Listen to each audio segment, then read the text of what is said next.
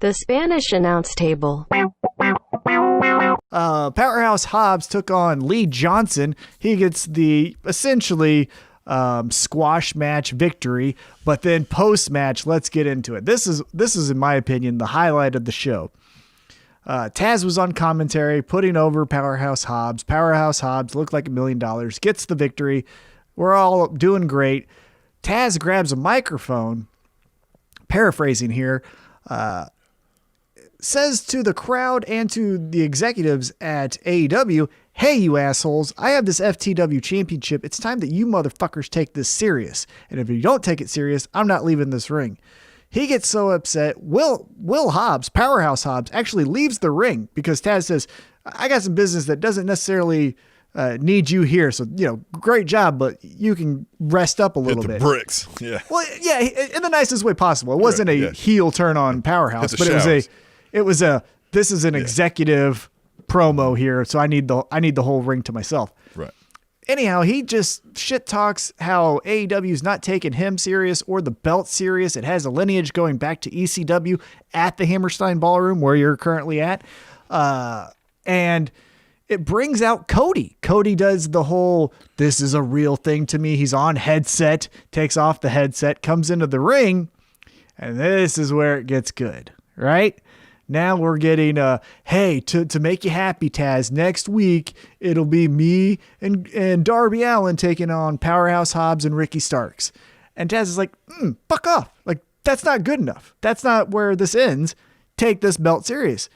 And then Cody drops a hammer on fucking Taz's head and says, "Hey, if this is, this belt has such great lineage and you're just this awesome pro wrestler and this awesome pro wrestler teacher, why is your fucking kid training at my school?"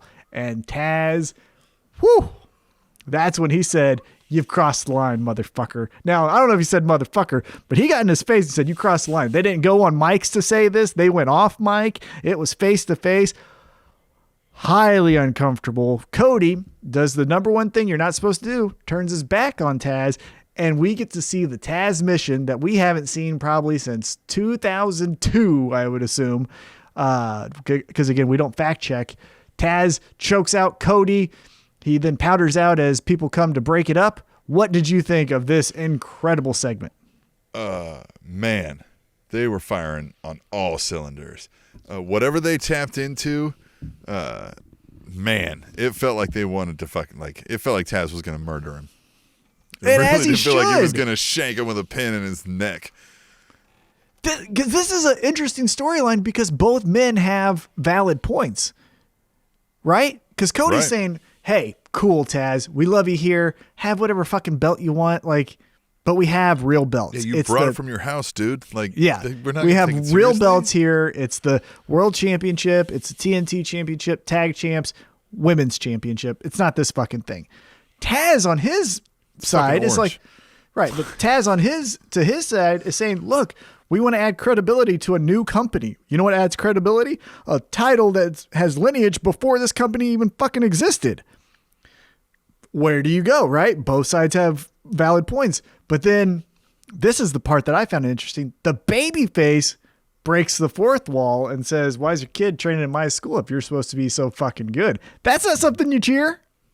Right. So what do we do? What happens here? What do you think happens? I think we're going to get, this Nightmare Family versus FTW feud is where this ultimately goes. I think it'll leave us wanting a little more. But I don't know, because I think maybe Cody gets the FTW title for a while as like a little and then, something happens. Maybe one of the Nightmare Family turns on him. Maybe that's Dustin joins the FTW. Or do we just, because one other quick detail about this segment is at the very end, Hook, which I don't know if that's his wrestling name or his real shoot name, Hook grabs the FTW championship and leaves with Taz. So Taz's son leaves with him after this segment ends. So do we see almost not like a who's the father kind of thing, but where does your allegiance lie? And this all becomes around the son? Or do we see Teen Taz almost take a baby face look? It's us against the world. These motherfuckers never wanted us. See how they're treating us. And then the Nightmare family's like, yeah, fuck you. We've got all the power. We got all the money. We're the fucking best. Shut up. Like, we have some angles we can go here. So I'm very interested. One of pro wrestling's royal families. You're not.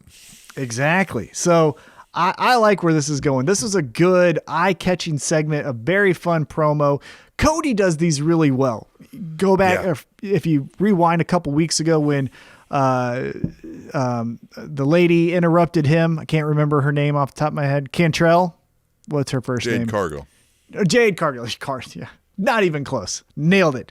But when Jade interrupted him, he does the like, I'm an executive. Everyone calm down. We're good. We're good here. Oh, fuck. We're not good here. Then something happens. He does that really well. And he did it again in this segment as on top of that last one.